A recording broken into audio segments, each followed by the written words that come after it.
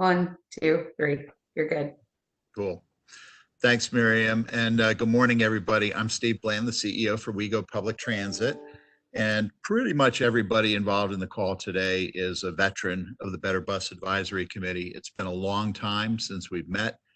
And obviously conditions have changed quite a bit since the last time we met. But a lot of things are also consistent in the types of plans that we're carrying out. So I'm going to do a very brief introduction, and I'm going to walk us through the agenda to start with. So Justin, if you can advance to the next slide. We have a lot of material to cover, and we do want to leave time for, as best as we can in WebEx, some discussion, conversation, Q&A. First of all, we'll address the elephant in the room, what's been going on since the pandemic started, sort of in the mid to late March timeframe. We're very thankful today that Faye DeMassimo from the Mayor's office is here, and she can give the group an update on the Mayor's transportation planning efforts. We'll have Felix Castrodad do an update on our nMotion project status reports. Justin Cole will give us the Better Bus recap. You're stuck with me. Our original batter for the budget update was not available today, so I'll provide an update on what our budget situation is. And then we'll turn it back to Miriam and the group in terms of talking about how we engage the public for next steps. But before we kind of kick it over to Nick Oldham and Hannah Schaefer to talk about the pandemic response, I just wanted Miriam to go over, this is, now we're getting some experience with WebEx and some of the other virtual applications, but I'll have Miriam kind of walk through some of the ground rules and how we're going to run the meeting today, just to try to keep it so folks can be active in the meeting, but also that we're able to get everything accomplished and have you on your way within 90 minutes. So Miriam, I appreciate that. Thanks, Steve. So what I wanted to just make sure everybody knows, hopefully you guys have had some experience already, either listening to or participating in WebEx or Zoom meetings or any kind of virtual meeting or webinar so far. We have a lot, as Steve said, we have a lot to cover today, so we're going to try and go through it as quickly as possible. I will be moderating along with Justin Cole as we need to make sure that we get questions answered. We'll be monitoring for hands raised and also for Q&A. At the bottom of the screen, there is a Q&A button. You can click that and you should be able to type in, there's a little rectangle at the bottom of this screen to the right that you can type in questions, and staff will be able to answer those either in the written format and or verbally, and we will likely do both. So just please don't hesitate to ask questions. Let us know if you are having trouble hearing us or anything else is going on. I think that is sort of the long and short of it. Just again, as a reminder, this meeting is being recorded, and we will send out a copy of the recording along with the verbiage of the Q&A so that everybody can fully participate, anyone who is not able to make it to their call or to today. And with that, I am going to pass the baton to Nick Oldham, who's our Senior Safety Program Manager and who is leading our COVID-19 efforts and is going to talk about what we've been doing and next steps. So with that, I turn it over to Nick. Thank you, Hannah. I'm sorry. Thank you, Miriam. Thinking about who's coming next. In early March, we met with Dr. Michael Caldwell and Dr. Gil Wright from the Department of Public Health to review WeGo's cleaning and disinfecting procedures. Overall, they were extremely pleased with our process, but did have some recommendations for adjustments in our cleaning practices, and they also provided recommendations for safe cleaning and disinfecting products that had a higher likelihood of killing the coronavirus and other contaminants. Parallel to our work with public health, we've been active participants in transit industry panels with the Centers for Disease Control on appropriate practices to minimize the spread of contagion. And among the changes in operating practices that we enacted was operator discretion over fare enforcement and boarding of passengers through front and rear doors to avoid crowding of customers boarding our vehicles. WeGo Access, we contracted with a third-party provider, Mobility Solutions, to provide specialized transportation to testing sites for persons who suspected they may have coronavirus, but do not have access to transportation. And this service essentially utilized specialized vehicles with screenings between passengers and drivers, specifically trained drivers, and enough scheduled time between trips to allow for disinfection of vehicles between each trip. We also closed the public restrooms and waiting rooms at WeGo Central to avoid large public gatherings and to free up our custodial staff to do between trip antibacterial wipe downs of our buses. Just this week, we reopened the restrooms at Central as we've added supplemental custodial staff to help with between trip wipe downs and the overall facility cleaning. Next slide, please, Justin. So a huge undertaking was to redo our schedules to reflect the rapidly changing nature of ridership, efforts to enhance social distancing, and schedules to minimize exposure of our employees to COVID-19. So rather than implement our spring service changes, we started to operate a Saturday Plus schedule, which eliminated service on very low patronage and our office commuter-oriented routes and focused serviced resources on our busiest routes.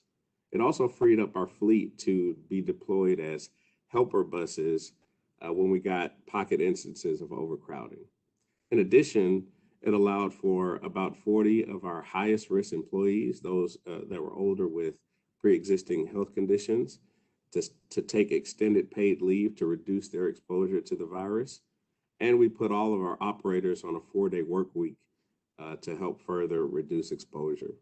On our WeGo Access, the grouping of individual passenger trips was altered to reduce the number of people on board at any given time. So during Nashville's phase 1, no more than 2 unique passengers were scheduled on a vehicle at any given time. And during phases 2 and 3, no more than 4 unique individuals are scheduled at any given time.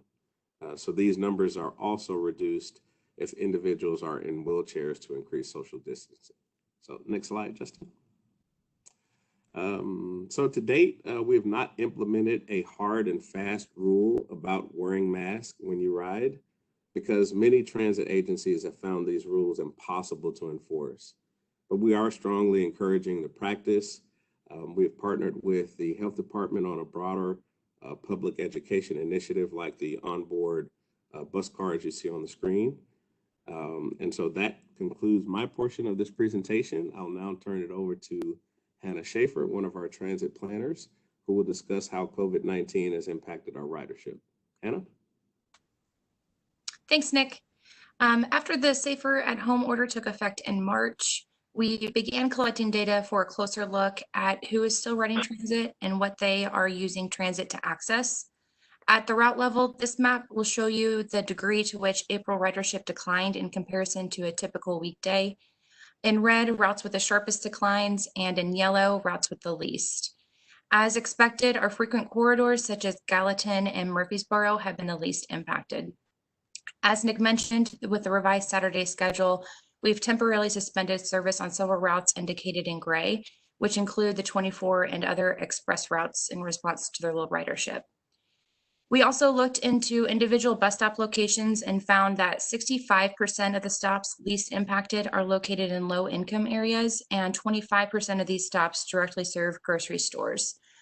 Several others provide access to essential services such as hospitals, the Tennessee Department of Labor, and homeless shelters. So what this data shows us is just how important transit is to our community and the value in maintaining these services, even in the most difficult of times. Next slide. Beyond our local fixed route service, WeGo Access has experienced a 70% decline in ridership for April, and RTA services were down over 90% for commuter bus and the WeGo Star.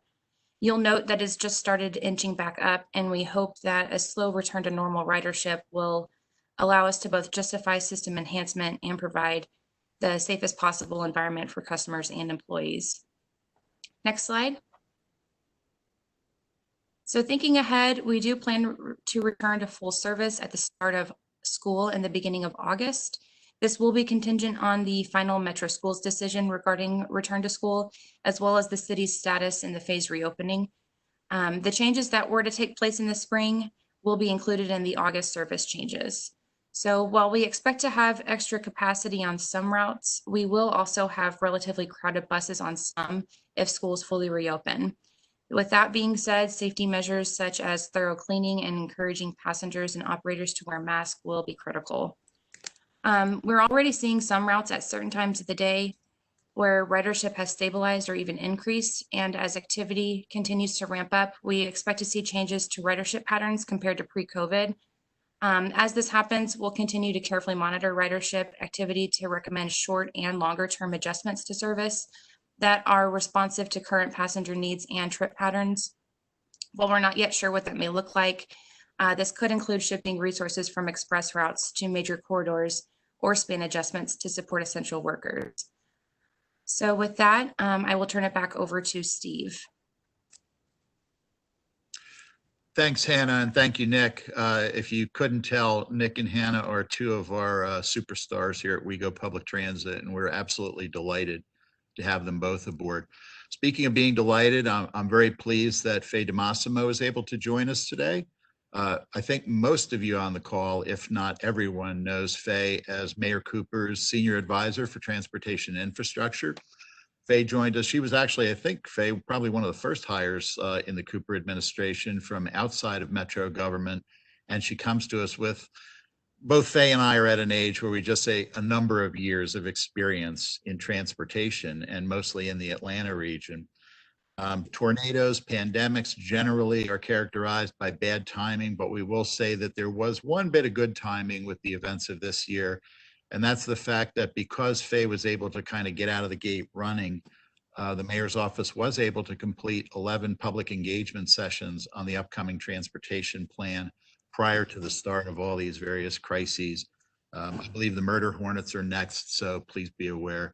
So with that, I'll just ask Faye to, and I know you have a number of other obligations today, so we appreciate your being here and would ask you to just give us an update from Mayor Cooper's perspective. Faye? Thanks so much for the introduction, Steve, and I'm delighted to be here with you all and provide this update.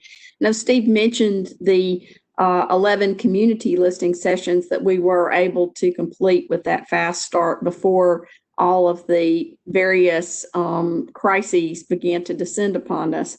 But in addition to that, we also had completed 40 meetings, one with each council member, to gain their input as well.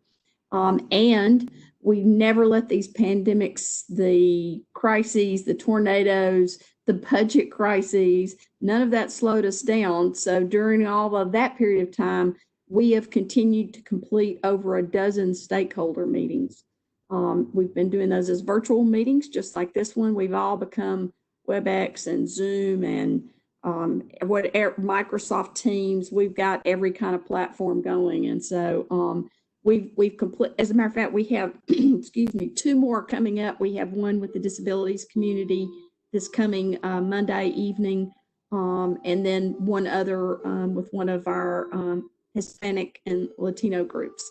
So very excited to have continued to make progress during this period of time. The big adjustment for the transportation plan, and I'll talk a little bit about when we're going to roll this out. It'll be a little bit later. We had originally anticipated getting this out sometime around September, excuse me, late August, September. Looks like it's going to be October. But the big thing, of course, is given all of the financial situation that Metro has found itself in, even prior to the pandemic, but certainly deeply exacerbated by that and other impacts like the tornado. We're not contemplating moving forward a plan that has a whole financial strategy behind it. That is something like a program level funding strategy, like a referendum or something like that. Don't think the timing is right at all for that. That doesn't mean that we don't think that we should still make progress. So what we're doing is we are looking at the plan and the projects that will likely end up in it. Again, we've based what's in the plan directly back to what we've heard from the online surveys, from the public meetings, from the listening sessions with council members, from the stakeholder listening sessions, to take all of the fine work that's been done by many in the past, including, I know this group, to suggest the kinds of projects that can bring forward. We've been curating that down into a plan that's very focused and will help to guide us for the next 5 to 7 years and perhaps a little beyond that. But we're going to propose what I'm calling opportunistic funding strategies. That is, we're going to look for projects for which there's something right now or something near term that can help to advance a particular kind of project. Doesn't mean we'll still stop looking for other larger funding strategies or bigger funding strategies, but given that we will be coming out of the gate without such, we also don't want to step back and not make progress. So an example of one of those would be on our traffic management system modernization, which impacts every user of the system, whether it's a pedestrian, a cyclist, a transit user, someone who's driving their car, someone who's driving a delivery vehicle. Our traffic management system modernization is key to improving efficiency and effectiveness and safety. It is also something that TDOT has a key interest in. And so we are working with them now to come up with a funding strategy with them as a primary funding partner to help implement that, because it also impacts state routes and so forth. So we're trying to be very creative and innovative, and as I said, opportunistic in identifying some projects that right out of the gate we can show that we can make progress and we can begin to make a difference in people's lives, because I know that that's what we're here to do. So kind of where we are in the process, we've mentioned that we've completed the council member meetings, the community listening sessions, and we're very near to completing the stakeholder group listening sessions. We've also been working on, we've completed a cost estimate scope, very high level, but cost estimate and scope validation of all of those projects that I said we're really relying upon, and we've been doing this from the very beginning, relying upon all the good work that's been done in the past. As you probably, if you've been to any of the community listening sessions or any of these other stakeholder listening sessions, you've probably heard me describe this as we have a fully stocked cupboard. We have a lot of great project ideas, and some are even pretty well developed, sitting in the cupboard. We need to figure out what's the right mix of those to put together to advance now, to begin to make that difference. And so we've made sure to do a cost and scope estimate validation of those projects to make sure we don't have something that's changed or something that's different, substantially different, that would impact what we're going to do or the funding piece of what it would cost to do it.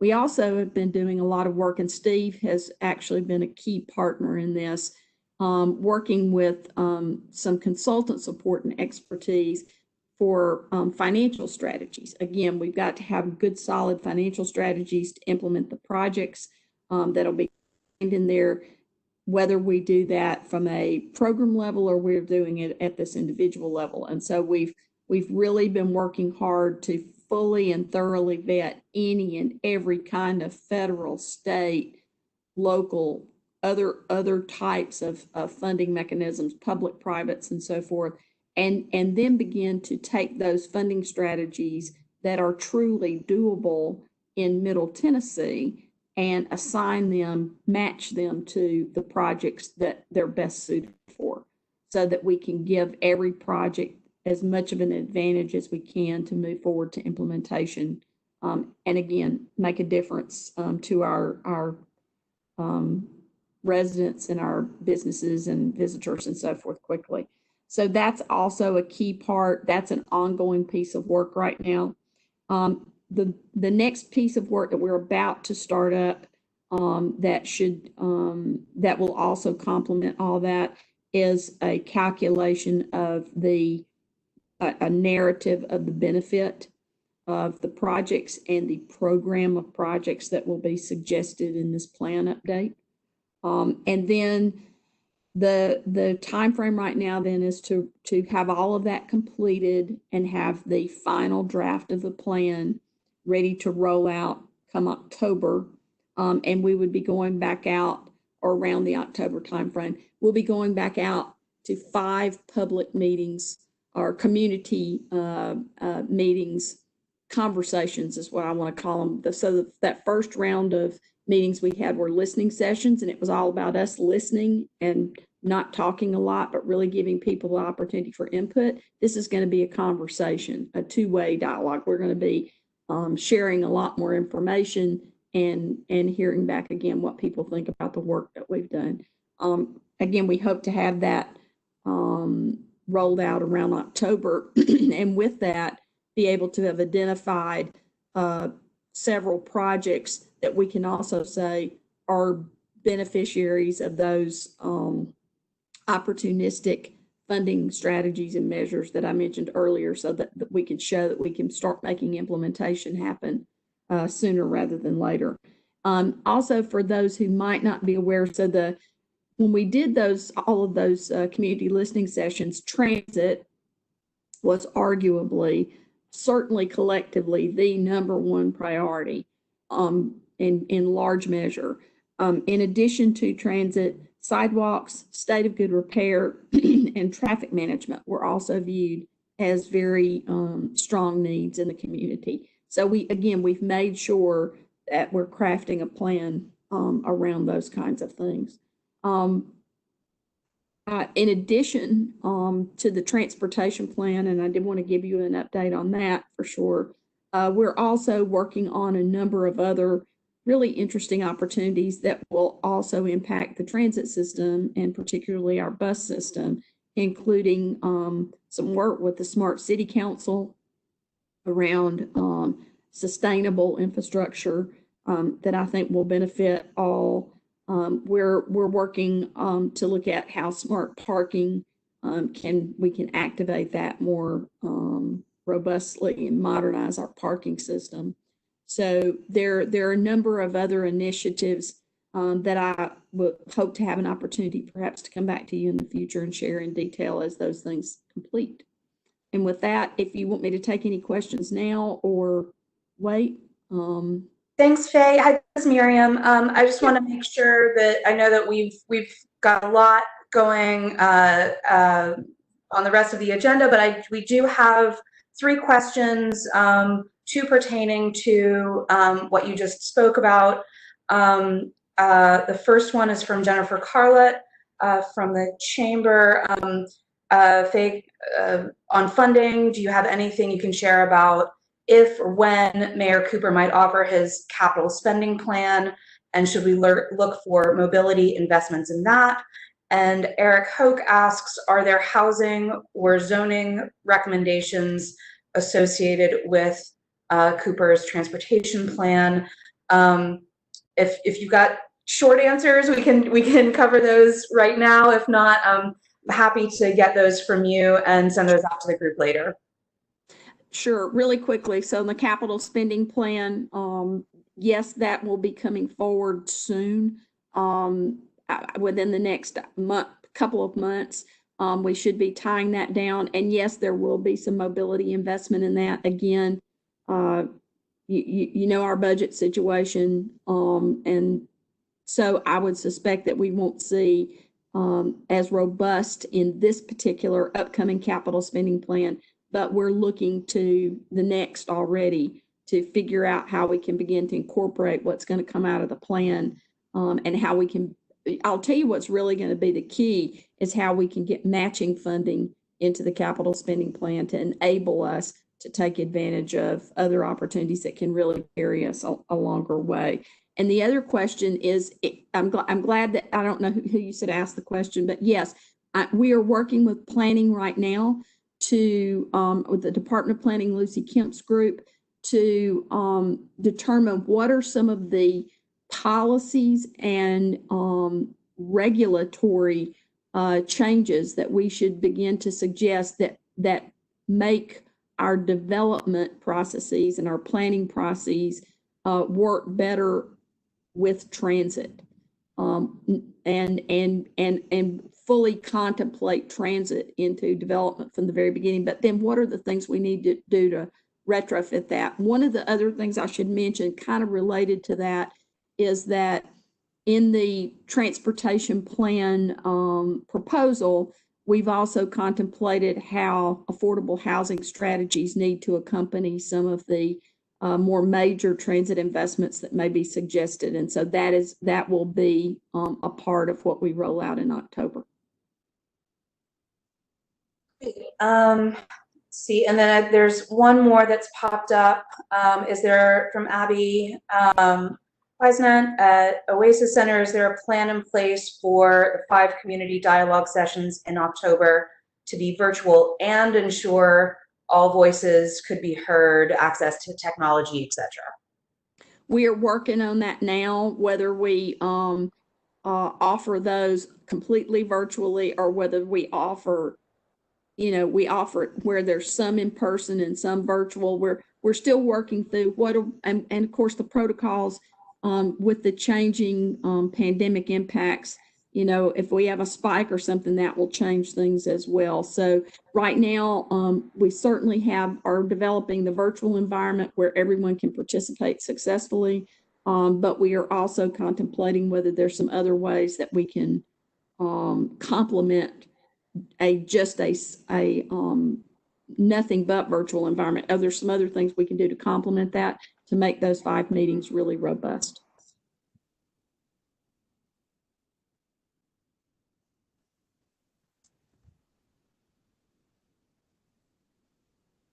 We can't hear you, Miriam. Miriam, you're muted.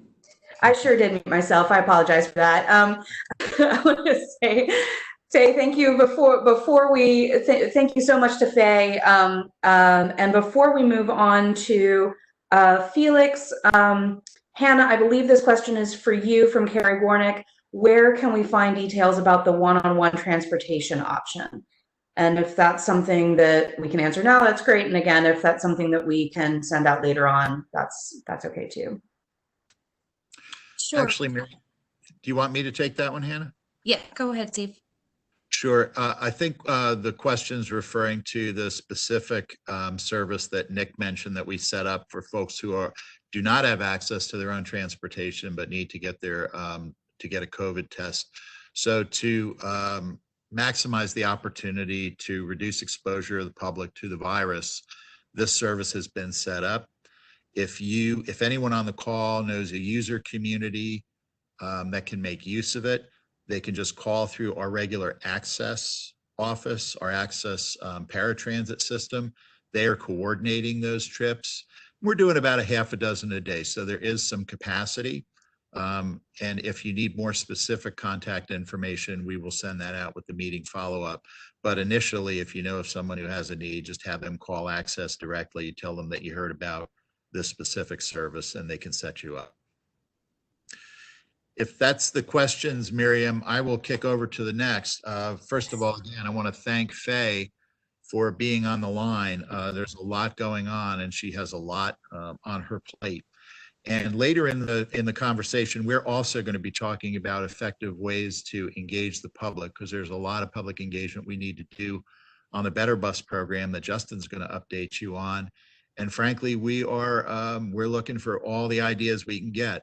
We want people to be safe. We want to minimize, crowd gathering. On the other hand, we want it to be inclusive of all voices. And we know that there is a digital divide that prevents a lot of folks from participating in these types of meetings. So all suggestions and ideas, none are too crazy, none are too far out there. Faye also mentioned, and frankly, one of the things that I really admire about her is she's terrific at putting all the pieces together. We've always said it's not just transit, it's not just roads, it's not just signals, it's not just land use, it's all of the above. And she is terrific at analyzing and putting all that together. She also mentioned, which frankly, a lot of us were relieved at, that, hey, there's been a lot of good work done here. And we're going to build on some of that and put some of these pieces together. One of those pieces of good work that I'm particularly proud of is the nMotion Strategic Service Plan that was jointly adopted by the Metro Transit Authority and Regional Transportation Authority boards back in August of 2016. And later in the meeting, Justin's going to update us on the Better Bus program, which is a service redesign process that's central to that particular plan. But there were dozens of other recommendations and projects and even small little things that we wanted to put in place to enhance the experience for our customers. So right now I'd like to introduce Felix Castrodad, our Director of Planning, who was the father of the nMotion. He does have children, but this one was probably his most challenging child, the nMotion Strategic Service Plan, to update us on some of the projects. So Felix. All right, thank you so much, Steve, and thank you, Faye, for that detailed summary on the status of the plan. Good morning, everyone. It's good to be with you today, this morning. And as Steve well mentioned, ever since the adoption of the nMotion plan, we decided to go immediately to work and start implementing the recommendations from the plan. And what you can see on your slide, on your screen there, is nMotion identified 7 key strategies to start improving the system in the short, mid, and long term. And those include making the service easier to use, improve existing services, improve access to transit, make service more comfortable, develop a network of regional transit centers, expand service to new areas, and build a high-capacity transit network. So I'm going to give a brief update on some of the projects that we're working on right now, and you'll see that some of these strategies have proven to be very important as we navigate this pandemic world. So next slide, please. Thank you. So what you'll see here is a list of different projects, key areas that we're working on to start implementing some of these projects for nMotion. I'll start with the first, the one at the top left, the new fare collection system. Many of you are probably familiar with this project, which relates to make our service easier to use. The new system is going to be seamless. It's going to be more convenient. It's going to expand the payment options, smart cards and mobile ticketing, which also are going to be contactless, which, you know, safety during the pandemic is going to be helpful with that. So we've been working hard at these, some behind the scenes work at configuring the existing system. We've been testing the system with employees, and the next step is to start testing the system with the public. However, knowing what we're living through with the pandemic, this is going to be a bit challenging as we move through this. It's going to require some easing of the restrictions. So once we go back to more normal events or activities like front door boarding, or when we resume normal fare collection, we'll be able to have the opportunity to do this. So bear with us as we go through this. But our plan continues to be that we want to implement this project in 2021, next year. So it should be a game changer for us as well. The next project down, bus stop improvements. This relates to our improved access to transit. Over the last 5 years, we've been investing in our bus stops. We've more than doubled the existing footprint of shelters in the system. We currently have a little over 200 shelters in our system. And currently we're working with our crews on a project to replace 17 shelters that are past their useful life. There's another 3 shelters that were either impacted by the tornado or events with incidents with vehicles. And there's another 8 shelters that we are relocating at in conjunction with pending future or pending service changes. But this doesn't even include the project that we're doing on Nolensville, on the Nolensville Pike corridor, which I will talk more in about a minute.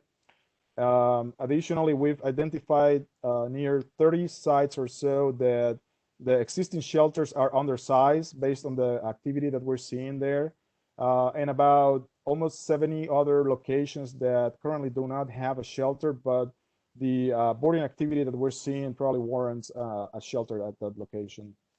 The next is corridor enhancements. We've been working, again, related to the access to transit, improving access to transit. We've been working with partner agencies at the local level, at the state level, with the DOT, Public Works, locally, and Metro Planning, in making improvements to accessing the stops and the transit service, improving coordination with other modal options, making it more multimodal in nature, improving the safety on those corridors. So there's two particular projects that I want to highlight. The first is the transit signal priority on Murfreesboro Road. The construction for this project is completed, and we're currently working on fixing some glitches with the software. But this will include 5 queue jumps at 5 intersections that will allow for the bus to get to the front of the line and bypass general traffic. It will also include the transit signal portion of it, which will prioritize transit vehicles as they move through the corridor in specific intersections. The next project on corridor enhancements is the Nashville Pike corridor, and we're currently upgrading 18 stops along this corridor.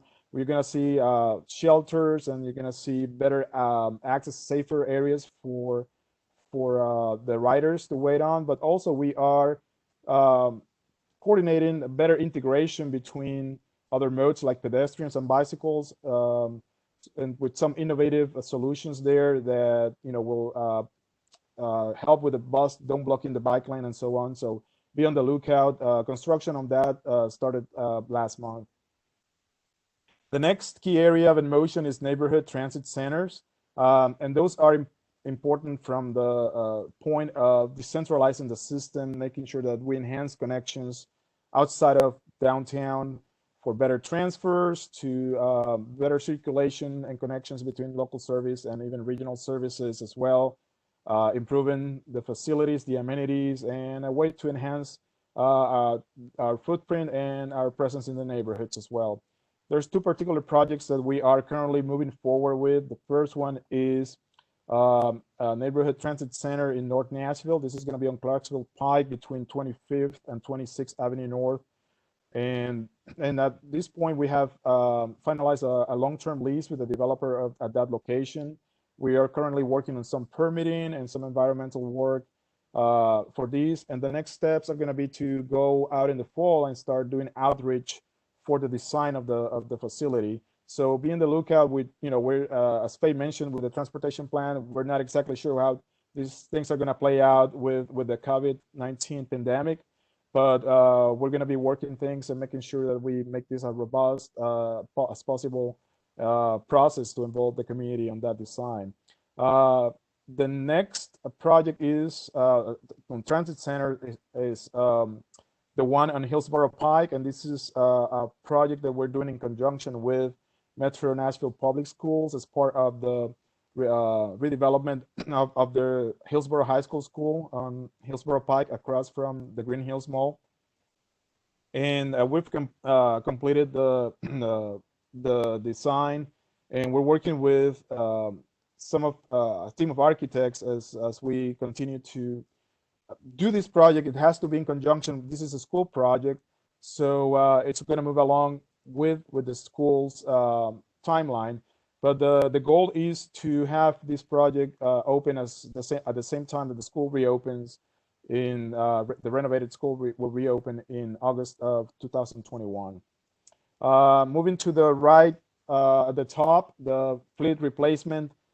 This has been a very important project for us, and it relates to making the service more comfortable. Maintaining our fleet in a state of good repair is going to be key as we reduce those breakdowns and make the system more reliable for the riders, better amenities in the buses, and a more comfortable ride. And right now, this is the single largest capital item in our capital investment plan. By the end of this year, we will receive an additional 38 revenue buses. Those are 19 of them are going to be the 40-foot buses, the transit coaches, and 19 of those are going to be the body on chassis buses, which are the smaller vans that we use for access or for some of the connector services. And in the upcoming year, we anticipate ordering 5 replacement articulated buses, another 20 body on chassis buses, and 6 commuter coaches for the RTA service. So this is going to help us to maintain our fleet in right there at the sweet spot where we're going to have about half of the useful life of those buses, and it's going to be easier to maintain. Next project down is the WeGo rolling stock. More specifically, we have overhauled one of the engines for the WeGo Star.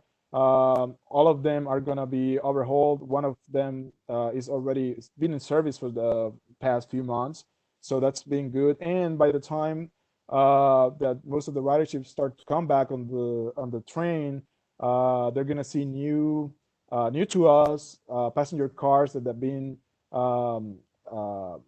have been made new to us, I should say, but they've been fixed and they're going to be looking a lot better, and they're going to be in service starting in July.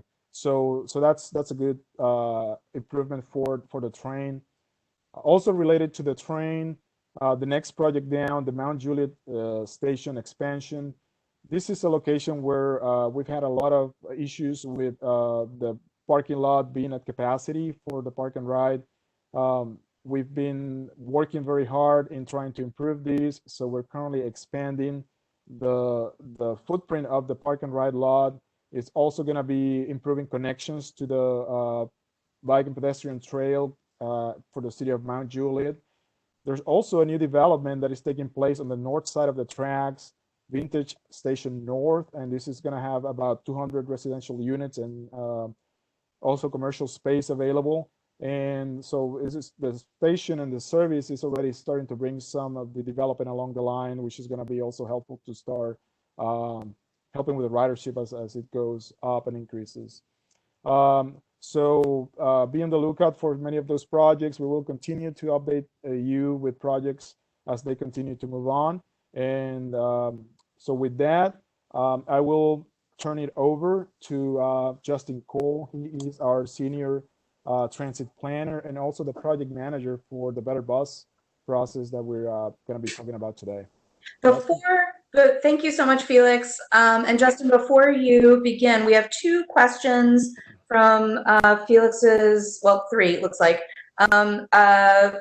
First two questions are from Glenn Allen Graham. Will MTA purchase of buses in which most seats face inward rather than forward? They have smaller passenger capacity than those in which seats face forward, therefore are not cost effective. So that's related to bus purchases.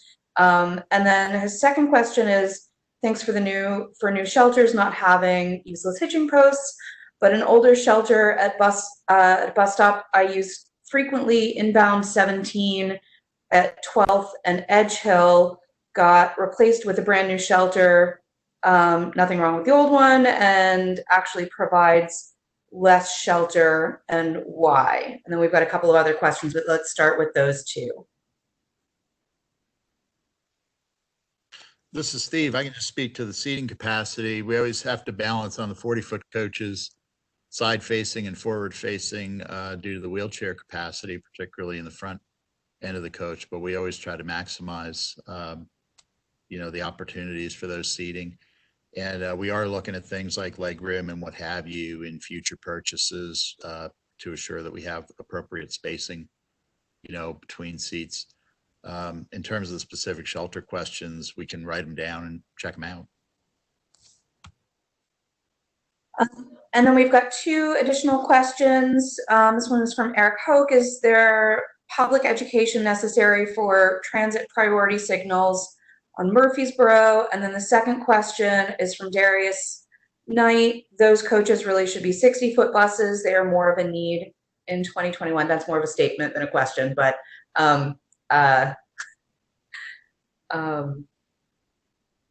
anybody want to answer the public education on Murfreesboro? Miriam, I can jump in on that. So Eric, yes, we've a lot of our outreach and engagement for the Murfreesboro TSP project had to deal with our own internal operations in coming up with a training program for our operators to enable them to utilize the corridor. For the most part, outside of lanes that tell everyday users to not use those lanes, it'll operate just as it does right now. So the good thing with the way we have everything out there right now, we have isolated lanes for bus only use at Bell Road and at Donaldson, and everywhere else. Our operators are trained, but general traffic should not see any other sort of accommodations or need for education. It's basically stay out of the bus only lanes. Great. All right.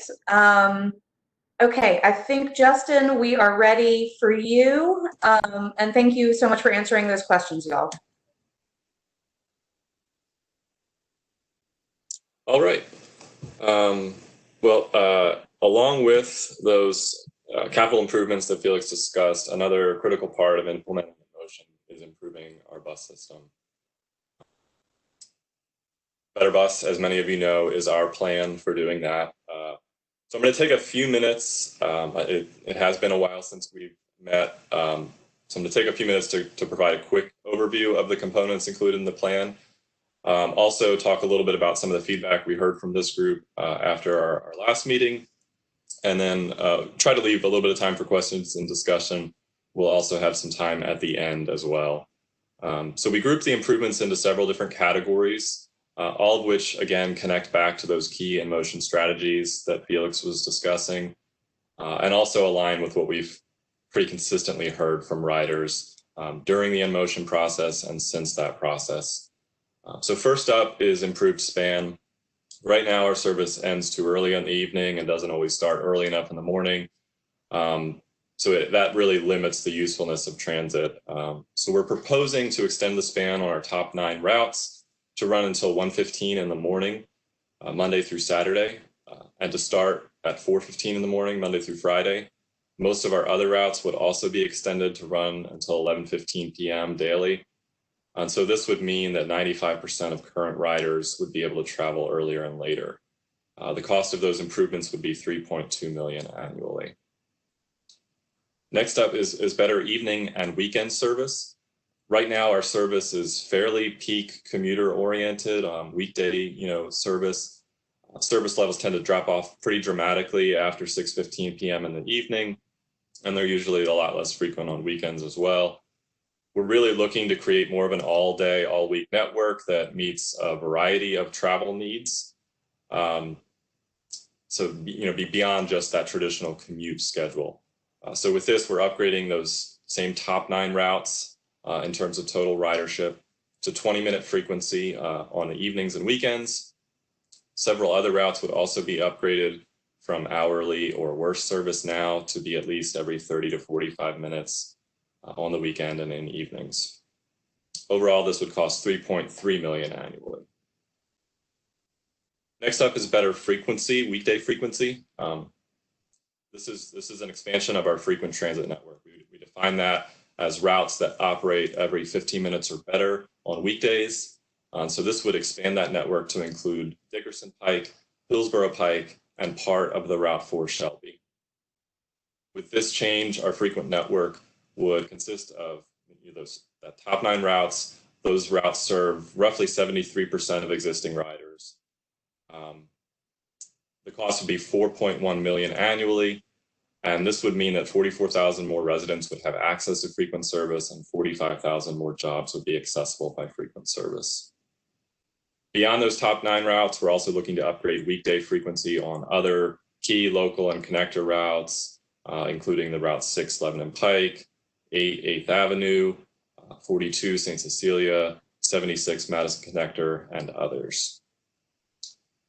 Now, because we are so far behind in frequency and span on most of our existing routes, much of the Better Bus plan is focused on upgrading those service levels. But we're also proposing some key route extensions in coordination with the transit centers that Felix was talking about earlier. So that would be extending the Route 9 Metro Center and the Route 21 Wedgewood to serve the proposed North Nashville Transit Center. Also extending the Route 17 to connect up with the Green Hills Transit Center. Another short extension of the 52A. We're also proposing to make improvements to some of our existing crosstown routes and adding a new Trinity Lane crosstown that would connect Gallatin Pike to Clarksville Pike, and also, again, connect to that North Nashville Transit Center. Overall, this is all about providing new connections, reducing travel times, and generally making it easier to travel without needing to go downtown. Accompanying all of these fixed route improvements are a series of improvements to our access service. Again, offering earlier and later service, lining up with the fixed route improvements, expansions to our popular Access on Demand program, service quality improvements, as well as some new demand responsive first last mile services.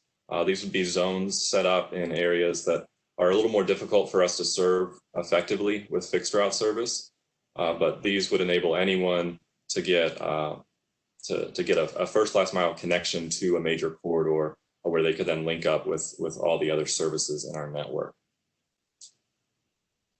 So overall, this plan would take roughly 5 years to implement. It would require an increase of $25 million in our annual operating budget. Again, currently this plan is not funded. We'll talk a little bit more about the current budget. Steve will go through that in a moment. There would also be some capital costs associated with expanding our fleet. This map shows what the system would look like if the Better Bus Plan were to be fully implemented. So you can see the red lines there represent the frequent transit network. You can see some of those proposed mobility on demand zones, the new Trinity Lane crosstown. Then I also wanted to provide some context. Again, I mentioned that Steve will be taking us through sort of the current budget situation in a minute. But after the fall service changes where we had to reduce service, this is where we stand in terms of the amount of service we provide in Nashville, compared to the size of our city, and the other cities on this graph here. Nashville is in the purple there. The other cities in this graph here are really comparable size cities. Most are a little bit larger, a couple are smaller, but these are fairly similar cities. And as you can see, Nashville has kind of fallen behind in terms of investment in transit. Now, what the Better Bus program would do is kind of get us back moving in the right direction in terms of investing in transit service and put us on par there with Richmond, Virginia, in terms of the amount of service we provide. Now, last time we met, we did ask folks to provide some feedback on what they liked and didn't like about the plan. Generally, while we didn't receive responses from everyone, the feedback has been largely positive. People seem to like the core components of the plan, the extended hours, the improved frequency, as well as those efforts to decentralize our system with some more crosstown connections. We did hear that people want to hear some more detail on mobility on demand, what that service model would look like. That is something we are actively working on and hope to have more to share on that soon. A lot of the other dislikes tended to be specific notes on individual routes that people wanted us to look at changing, modifying the route alignment, or maybe adding another route, or restoring some service that previously existed. Sometimes this was conflicting. I think it highlights sort of a basic challenge that we face, trying to balance the need to provide service in the places where it's going to benefit the most people, places with the highest ridership and the highest ridership potential, and then that need to try and provide more service more directly to more places. We've tried to take a cost-effective approach to doing that through the mobility on demand service. Certainly with the crosstowns, we've heard that people would like to see even more crosstowns. We know that's a common request, but we also try to balance that with the reality that right now, most of our crosstown routes haven't generated significant ridership. We think there's some precursors that really need to be in place before those crosstowns can really be successful, which is why we've sort of put a lot of those improvements towards later phases of this plan. But we're certainly we're going to be continuing public engagement. Miriam's going to talk about that a little bit later, and we certainly want to make sure that the core components of this plan and the balance of the elements is reflective of the community desires and priorities. So with that, I do want to take a moment to answer any questions if there are some. I also want to pose a question to the group, well, a two-part question. One, is this Better Bus plan as we presented it something that you feel that you could support, that the groups that you represent would get behind? And then second part, if you could change something about the plan, what would that be? Maybe that's, adding an element like, extending more service later at night. Maybe it's, adding more of those crosstowns or pulling some routes out of downtown to create more of a decentralized network. Whatever that is, maybe it's removing something from the plan. And we'll have some time for discussion now and maybe a little bit at the end. I know we've got a lot to get through too. Hi, this is Miriam. We do have a few questions in the queue here. We've got, is there any tentative projection for a date when regular weekly service schedules will return? That's our first question. So we're closely coordinating with Metro Schools on that. The intent is that we will restore back to regular service levels at the point that Metro Schools return. And that's early August. Great, thank you. The next question is, for the Better Bus improvements, who are you proposing to and what is the approval process? Longer service hours would be amazing. So many of these improvements would have such an amazing impact. Yeah, Maybe, so oops, go ahead. No, you can go ahead. So Justin really touched on the issue. There are some phasing requirements that have to occur. For instance, for frequency, we need to acquire additional vehicles, which have a lead time, but really it all comes down to money and funding. I'm going to touch on it a little bit more in the budget, but it really comes down to here in Nashville, and it's reflected in the bar charts that Justin showed earlier. We have a much lower level of service than peer cities. So until we're able to figure out how to get the right level of funding, it's going to be difficult to do these things unless we trade off other items. And that's certainly a legitimate dialogue for our users, our customers, advocates to have is, are you willing to trade something that exists now for something that you don't have in the future? And that's a tough conversation to have, particularly given the relatively low level of service we have right now for a city this size. So like most things in life, it comes down to money.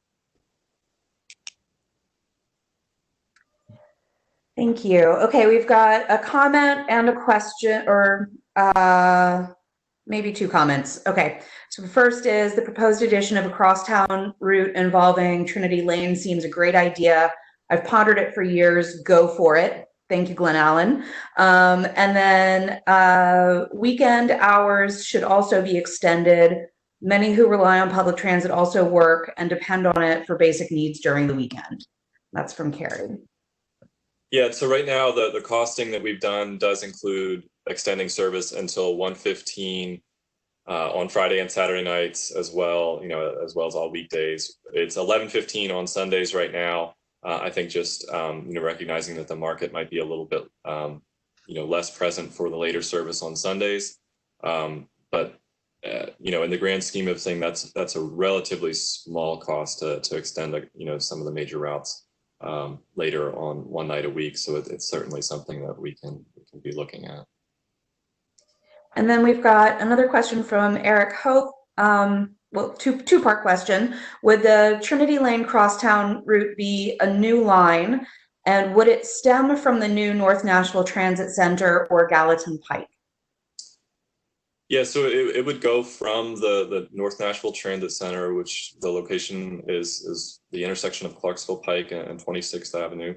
It would cross over the Cumberland River there, and then go along Buena Vista, Trinity Lane there, all the way over to Gallatin. Once it hits Gallatin, we're actually looking at having it connect into the stop there at the Greenfield station, right in front of the Kroger there.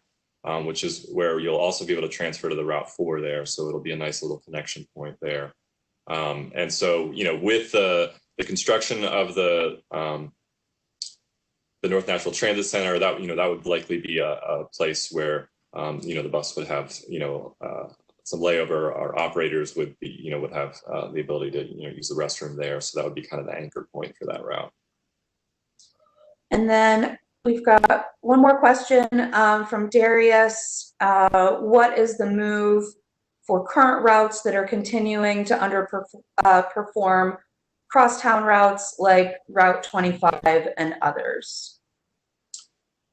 Yeah, and so I think that gets to that challenge. We know that people want more crosstowns. The 25 right now is not one of our top performers.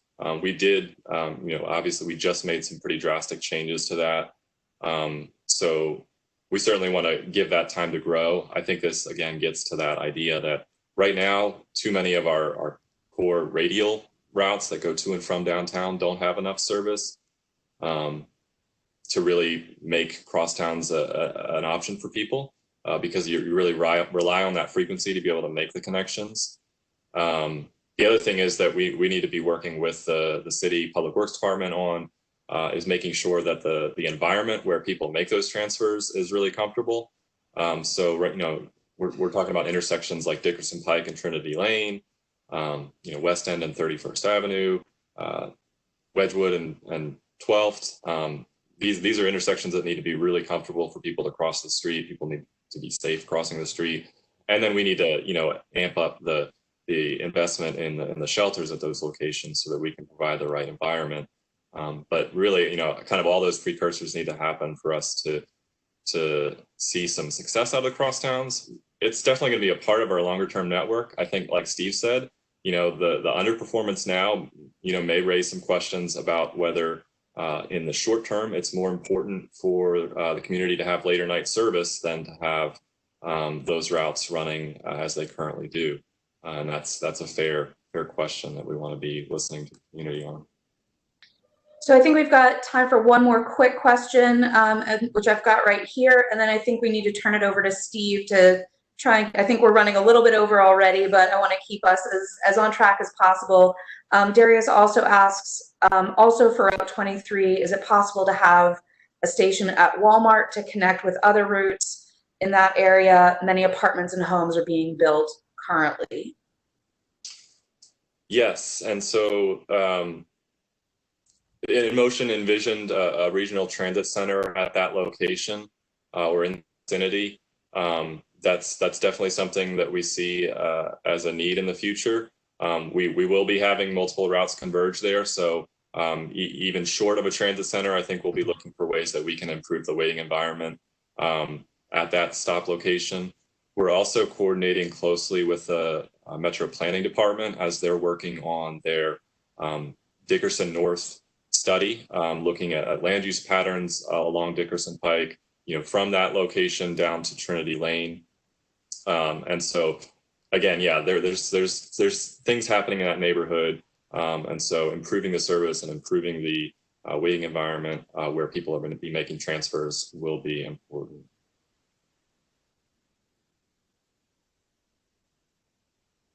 Okay, well, I think since, as Miriam said, we are starting to run out of time, I'm going to turn it back over to Steve to provide a little more context on what our current budget situation is and what the outlook is in the coming year or two. Thanks, Justin. Appreciate the updates.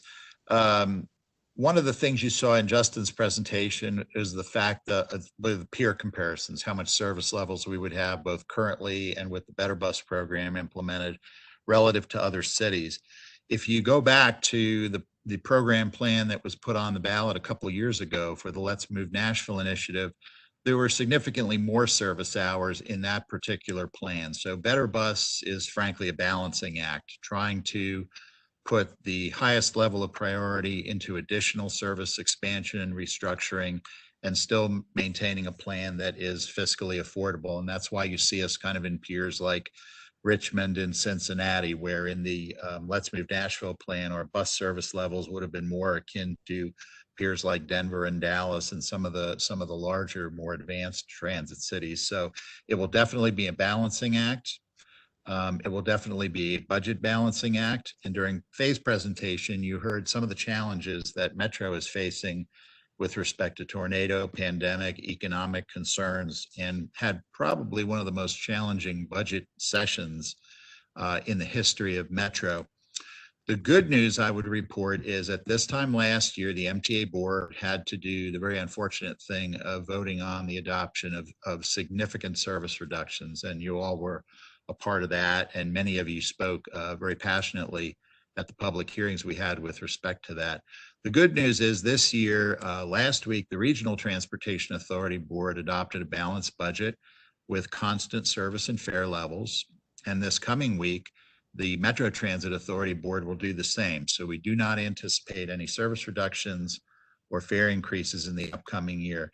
The bad news is it is still a very tight budget year. So we had hoped to be able to introduce some of the Better Bus initiatives, particularly in terms of hours of service expansion in the upcoming year. We're not going to be in a position to do that. I wanted to touch on this chart, which shows you trends. Our largest single source of funding for the operation of the system, not necessarily the capital, comes from Metro.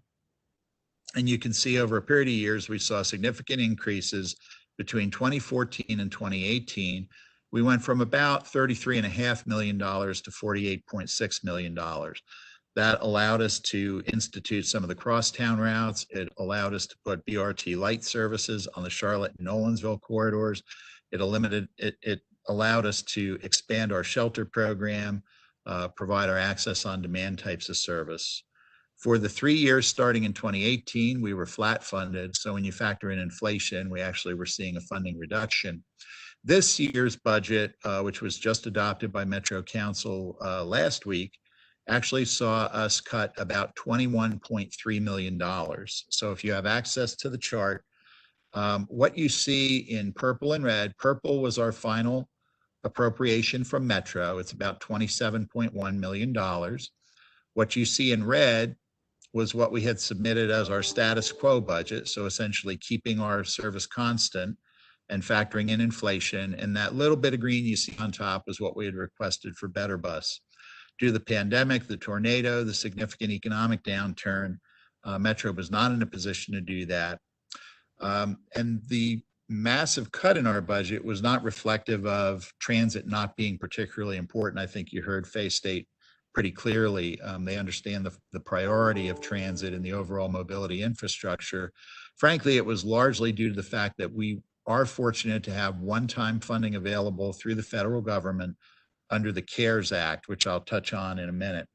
What I want to say to advocates, though, is in next year's budget session, because these one-time funds that will help us plug this gap and allow us to sustain current service and fare levels, as well as add to our expenses addressing the pandemic that Nick alluded to, some of the additional cleaning, disinfecting, and other expenses we have associated with the pandemic.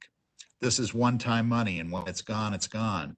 So next year, when we approach Metro, we will be looking for an increase in our budget from this year of $25 million just to get to where we are now. So if you're doing the math at home, our current operating budget subsidy from Metro this year will be about $27.1 million. We'll need to get an additional $25 million to get back level. And then at full implementation, which you wouldn't expect to have in 1 year, but full implementation of Better Bus would be about another $25 million. So those are all going to be very heavy lifts. And when we get the question of these improvements are great, more shelters would be great, neighborhood transit centers would be awesome, extended service hours, et cetera, when can we expect to see those? Largely, that's going to have to be your advocacy at really all levels, state, local, federal, with our elected leadership, your advocacy groups to say these are the services we want and need. And that's going to be critically important. On the next slide, kind of touches on our capital budget. And I know Felix touched on particularly a lot of the capital projects, fleet replacement, shelters, transit centers. This reflects our annual local funding from Metro in our capital budget. And you can see that a lot of the funds over the years between 2013 and 2018, we were averaging over $25 million a year. It allowed us to do some massive replacements of our fleet, allowed us to do the large expansion in our shelter program, provided the majority of funding for the new fare collection system, and is providing the funds that will allow us to build a good chunks of the Green Hills, Hillsborough, and North Nashville transit centers. More recently, frankly, we've been able to just get enough money to match available state and federal grants. So the capital side will also be important. If you go to the next slide, I'll touch on the CARES Act. You may have seen the news a couple weeks ago about WeGo Public Transit getting $51.5 million or so from the federal government under the CARES Act.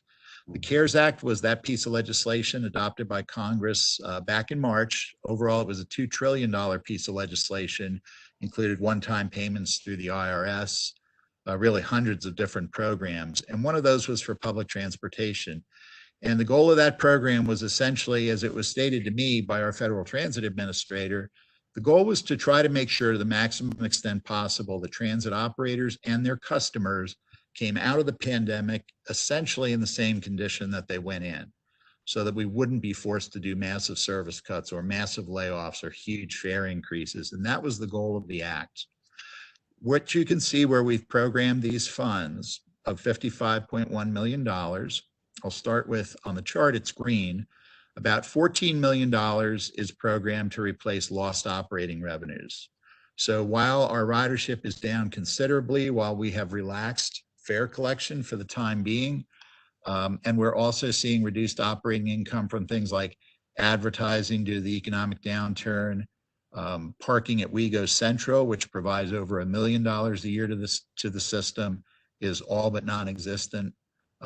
Those of you who use Central know that Dunkin' Donuts has been closed, so that revenue is down. So that $14 million will replace those funds and allow us to keep service constant. About $33 million, various shades of blue on the pie chart, will help relieve Metro's budget pressure. So this year, about $25 million will be used to replace Metro funding due to the budget cut. We have about $8.7 million programmed to give Metro relief on previously funded capital projects to free up Metro funds for other purposes, education, public safety, what have you. And that leaves that very small sliver in the middle of about $2.5–3 million that we can apply toward next year's budget for their relief. And then finally, a couple of the smaller items. One is the COVID-related expense. Nick alluded to quite a bit of that. We've added custodial staff, cleaning procedures, new equipment, new process, added to shifts. We've provided paid time off for our high-risk employees, that type of thing. That's an unusual expense. Some of those expenses are temporary and will go away when the pandemic crisis is over. Some will be permanent. A lot of the cleaning and disinfecting things we're doing, we anticipate will remain permanent parts of our system. And then finally, some what we're calling resilience capital projects under the intent of Congress. These are things to help us be more resilient to future situations like COVID-19. For instance, you might have saw in one of the photos that Nick displayed, we're installing operator shields on all of our buses to kind of shield that operator from folks who are getting on and off the bus, similar to what you're seeing in the grocery stores now. We're actually programming it to upgrade the escalators at Central. The idea being that it's tough to promote social distancing when the escalator is always down. So to get that to a higher level of reliability, and we have about a dozen capital projects programmed in that realm. So I guess what I'd close out is we have a stable budget for this year. The good news is there will not be service reductions. There will not be a fare increase. The bad news is we're not in a position to expand service the way we would like with the types of improvements that Justin mentioned. But it's also, frankly, a call to action that we've seen over the past few months, advocacy groups in a variety of sectors be extremely effective at getting their message across on what the priorities of government should be or should not be.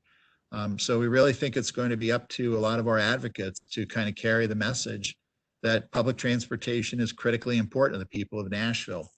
As I said in our council budget hearing, for folks who might question the value of transit in Nashville, and Gee, I see an awful lot of empty buses. My comment was, even in the heart of the pandemic, when almost everybody was staying at home, those critical workers, the people who kept this city running, 10 to 12,000 of them a day were using WeGo public transit.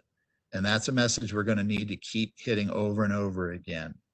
I give credit to our Metro Council. They went through a tremendously difficult process this time around. I assume most of them are recuperating in one form or another. But we're all going to have to remember next year's another cycle. And people will see WeGo come in with a request for a $25 million increase in funding.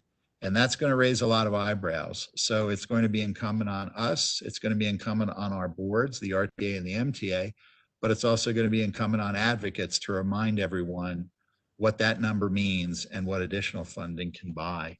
So with that, I think I'm turning it back to Felix and we can moderate with Miriam some questions, conversation, discussion as best we can in WebEx.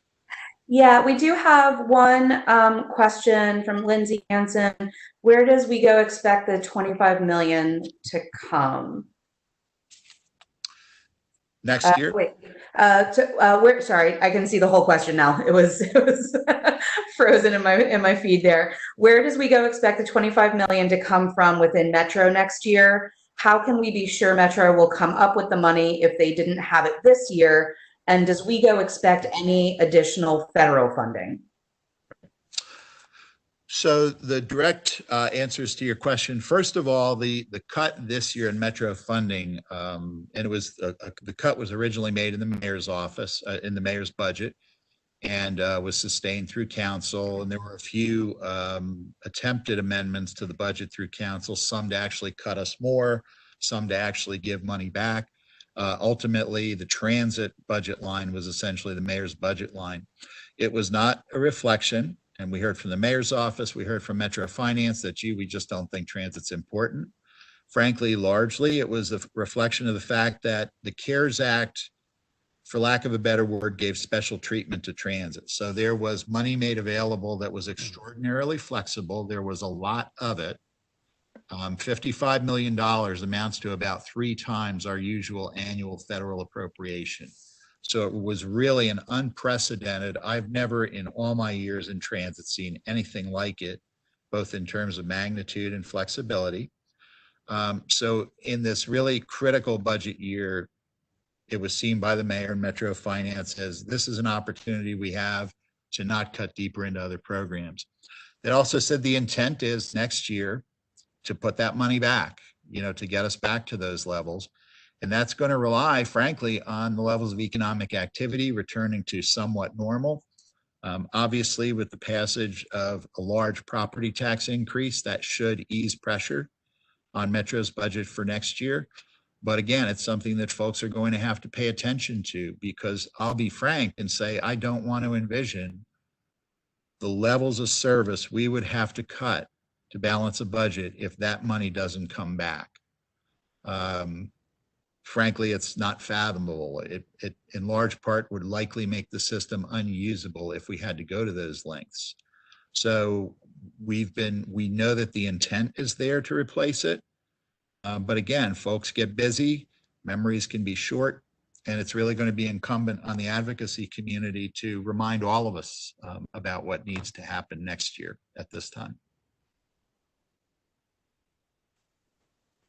And Steve, I think this is perfect segue into this discussion, because that's part of the reality that we're seeing. You heard a lot of information from us today, what we're doing with COVID. You heard about, what the mayor's transportation plan. You heard about what we are trying to prioritize as part of the Better Bus project. But you also heard about what our challenges are budget-wise. It seems like there's major support for the most part for what we're trying to accomplish with Better Bus, the direction that we're going, and these are going to be important improvements to the service. But we know that there are going to be lots of challenges if we move forward, especially if we don't have the adequate funding to be able to push many of these forward. So you know, you as an advisory group, we want to rely on you. We want to, you know, be able to know that you are in this with us, supporting this process. That it is important. But we want to hear a little bit more from you about what are you hearing. You know, is transit being talked about from what you're seeing, what we're trying to do, the role that we played, especially during this pandemic, and how we are being considered essential for many of the citizens here in Nashville, and what. So, from your perspective, what are you hearing from you personally, or from members of your organizations or members of the public? And how can you, you know, how do we get people to talk more about this? It seems schools has been doing a good job in getting the word out on what their needs are, and people are getting behind that. Um, you know, how do we get people to care more, to talk about transit, the budget, the situations that we're having, and move forward with improving transit? And you can submit some of your answers here on the chat box. We may be able to, if you need to speak, be able to unmute you if you want to do that. So I want to put that out there and hear from you at this point. And the only other thing, I know Lindsay also asked about the prospect for additional federal funding.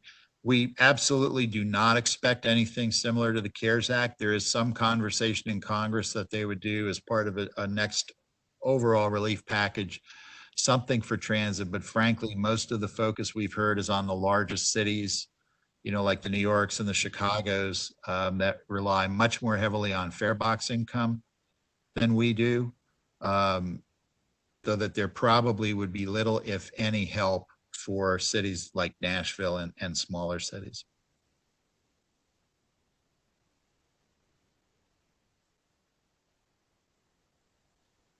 Hi, we've got a question from Jennifer Carlett. We could use more of the current usage data to push that out through socials and make the case for how riders are essential workers and or people making essential trips. The data points you referenced that could be helpful and more like them. And just so you guys know, Justin's having a little technical issue, so you may be stuck with me with the slides going forward. Thank you, Jennifer. That's a very good point. And I mean, we have good information to help make that case, and we can definitely start sharing that with you to be able to give that information. You, not only you, Jennifer, but other organizations and members of this committee, to be able to put that information out and help us, you know, whatever it is on social media outlets, retweet or you know, post forward, and help us make that case. So I appreciate your jumping in and reminding us that that's you know, information that we can share to make the case there. Are there any other thoughts, ideas from members of the group? Okay, I did see one more come in. Oh, a couple more. Hold on, trying to make sure I get the right ones. To Felix's question, this is from Lindsay Ganson. To Felix's question, I think we have to do some work to make sure people know riding transit is safe. We're happy to help amplify messages. And yes, to Jennifer's point too, we'd love to get those ridership numbers out there. From Jessica Dauphin, Dr. Battle with MNPS holds brief live streams periodically where she explains the situation for schools and parents. Would it make sense for Steve to do something similar to discuss the situation for riders and WeGo? Hopefully we can find someone more attractive than me, but yeah, I think that probably does make quite a bit of sense. The other question, I think Lindsay raised it, which is a really good one, and Nick might want to amplify this as well, in terms of the safety, because you heard some rhetoric out there, particularly in the original phases of the COVID pandemic, that, oh my God, don't go near public transportation. You know, it's a cesspool of germs and infection. And the honest truth is that's a bunch of hogwash. To be frank, we have been blessed with a very close relationship with Metro Public Health. And from the outset, in their contact tracing, one of the questions they've asked is, well, were you riding public transit? To this day, and I'm probably jinxing it, Nick, so if you want to give me the signal to shut up, maybe I should. Not one single case of coronavirus in, Nick has given me the X. Not one single case of coronavirus in Davidson County has been traced back to public transportation. Similarly, we've had about 9 employees here at WeGo Public Transit who have tested positive, and none of their cases, all of them came back to a family member that they caught it from. And now internationally, there was an article in the Atlantic a week or two ago where they've actually started looking at data, and they are seeing absolutely no statistical alignment between concentrations of transit use and concentrations of infection. You know, we think of New York City as being the hotspot for COVID on the onset of the pandemic, and also the single place in the US that has the highest level of transit use. But if you look at their detailed patterns of infection, they had much higher levels of infection, say on Staten Island, where very few people use public transit, than they did in Manhattan, where almost everybody uses it. So the core of the message I know that Nick conveyed is, as long as we do things responsibly and safely, wear that mask, wash your hands. If you're not well, don't travel. So if we take care of each other, riding public transit, whether it's WeGo or the New York City subway, is going to be no more hazardous than going to a restaurant or going to the grocery store. And certainly on our end, and Nick outlined a lot of the efforts we're taking internally and that our operators are taking, we're going to do everything we can in that regard. But that is also, for transit advocates, that's going to have to be a drum that you beat constantly. You know, I was interviewed by one reporter who said, well, no one's going to come back. I said, well, that would be a very sad world, because that means we're not going to be able to go back to church. We're not going to be able to go to spectator sports. We're not going to see live music again. So to say that grouping people on public transportation is dangerous, but none of those other things are, is patently ridiculous in my mind. And there is no data to support it. I'm off the soapbox. So whoever said maybe I should be live streaming might be having second thoughts now. I do want to just chime in. We have officially, I think, 2 minutes left on this meeting. I know I'm happy to stay to answer additional questions, or at least be able to write them down and get them back to you. We do have a handful of questions left, and really one more thing to talk to you guys about, but it's my thing, and I don't mind skipping over it or getting it to you later. But I do want to go quickly through a couple of these questions and statements. Aaron Hathkinshiel says, definitely need to amplify the message that transit is safe. Jennifer Carla, the 2 data points I'd take right away are Hannah's statement on 65%, I think that's what she said, of stops that were least affected are in low-income neighborhoods and have grocery stores on them. And Glenn Allen is laughing at Steve, you're saying more attractive. Okay, Jennifer. Jennifer says the other was the one Steve said. I think he said 10 to 12,000 riders per day going to essential jobs. And then that was at our bottom. Now we're back up into 13, 14, and it's creeping up.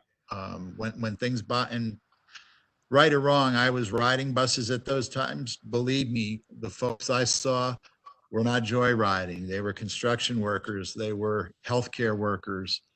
They were grocery store folks. They were fast food workers. So I am quite certain that 90% of the people on the buses I was on, if they had a choice, would have been at home, working virtually, just like a lot of folks were.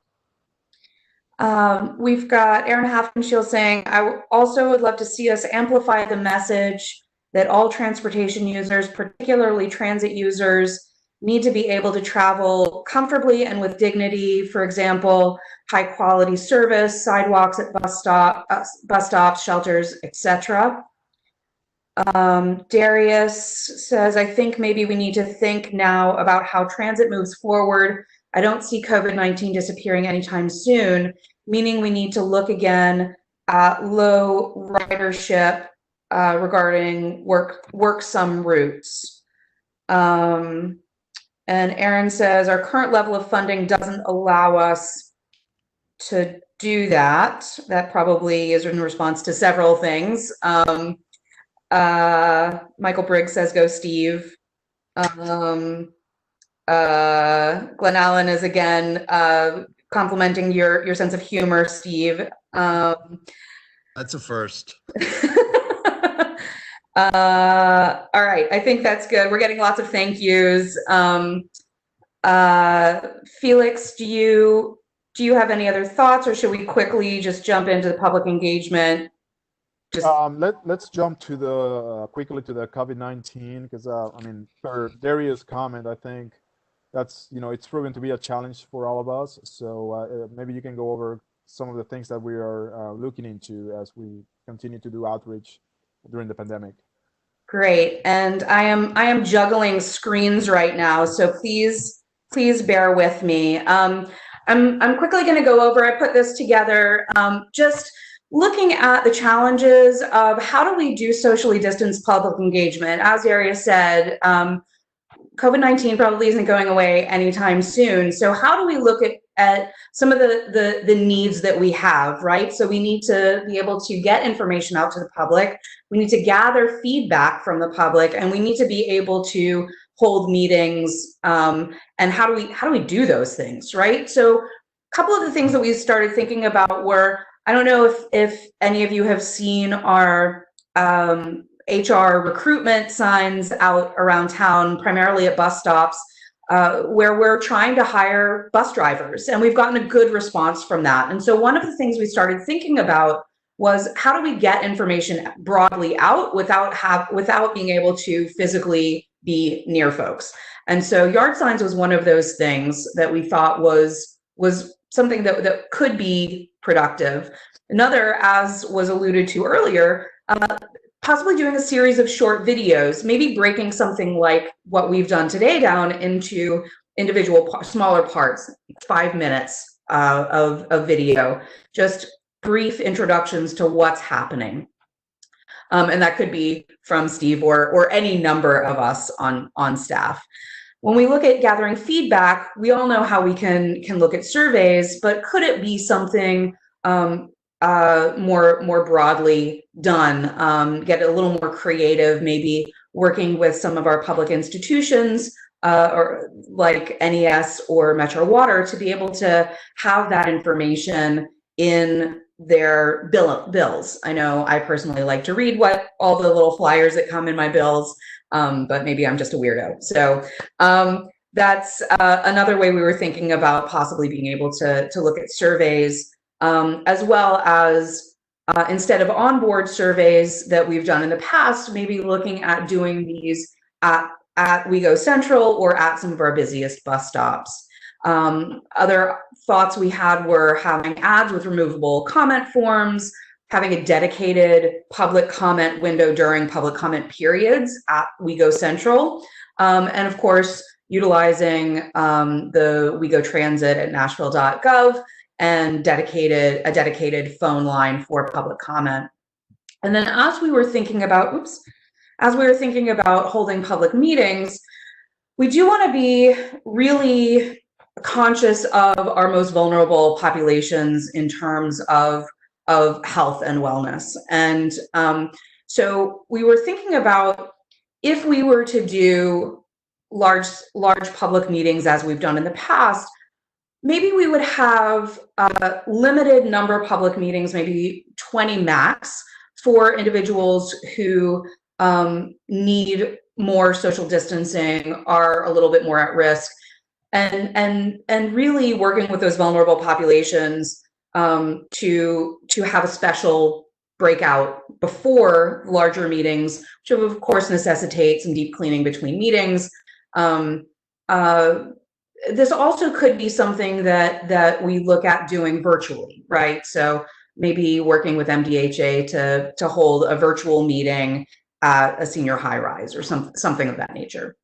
Another idea we had was, I call it quote unquote tent revival style meeting, right? So maybe we could get a large tent or a couple of tents and set them up on WeGo Plaza, which is between WeGo Central and Municipal Auditorium, and be able to socially distance, set the chairs up in a way that it's more safer for folks.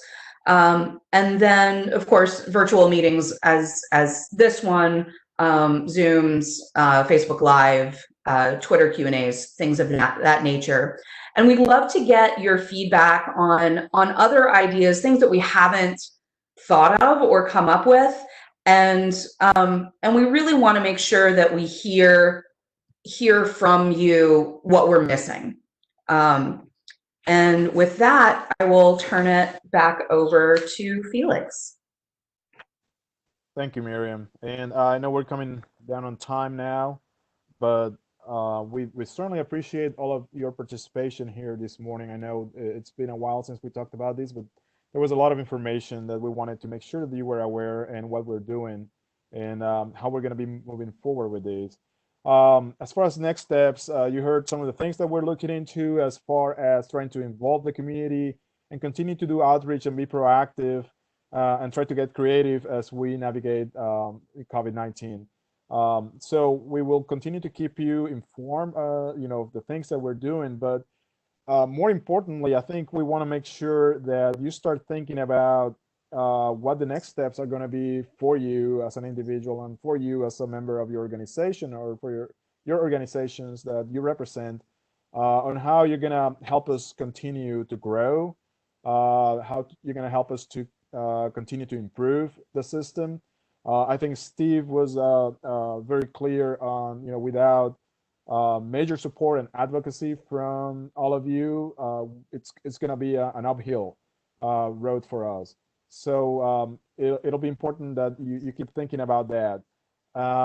We want to make sure before we depart that you give us some information about what you're thinking about. If not, if you have any pending questions that maybe we haven't answered at this point, we definitely will follow up from this presentation. It's going to be available, and we're going to make sure that you have access to it. But you can continue to reach out to us and communicate with us. There's Miriam's contact information there, and you should be able to get a hold of her and let us know more information as you think more through what we talked and discussed here today.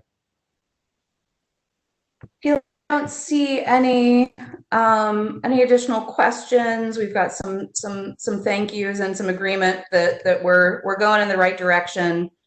Thank you so much.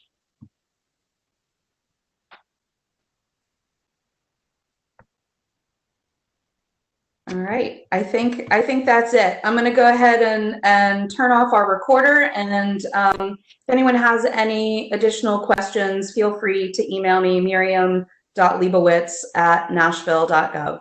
Thank you so much.